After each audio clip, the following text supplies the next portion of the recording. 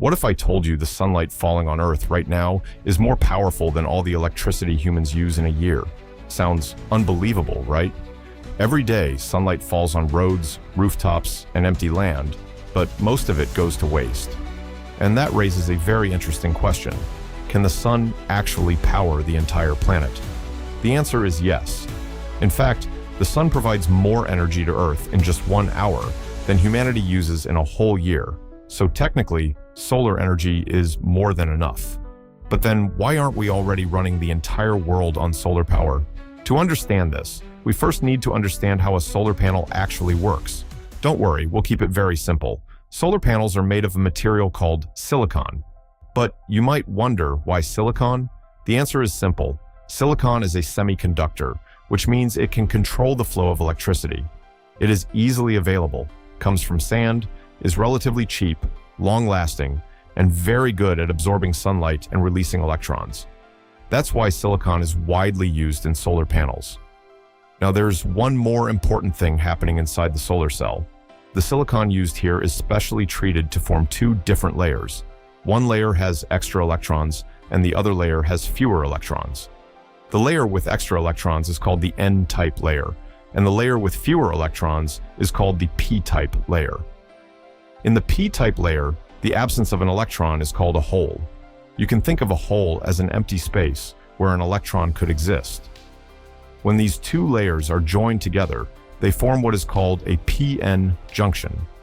Now, don't worry about the name. The idea is very simple.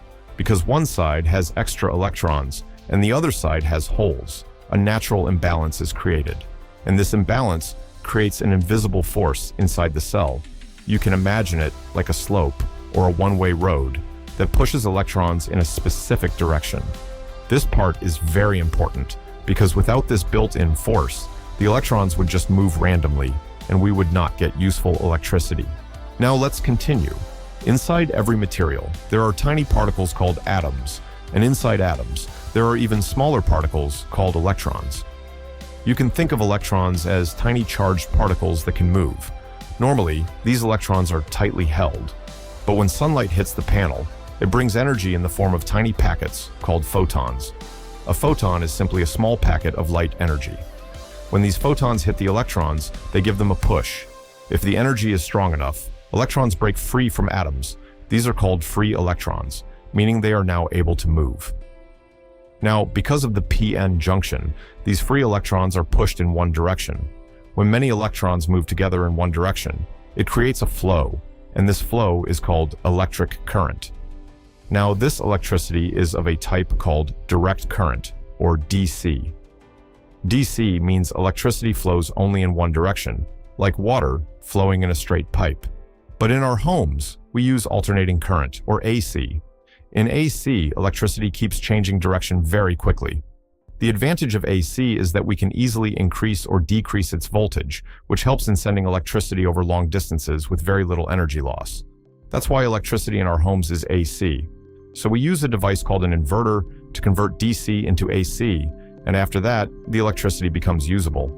Now that you understand how solar panels work, let's come back to the main question. Why aren't we running the entire world on solar power?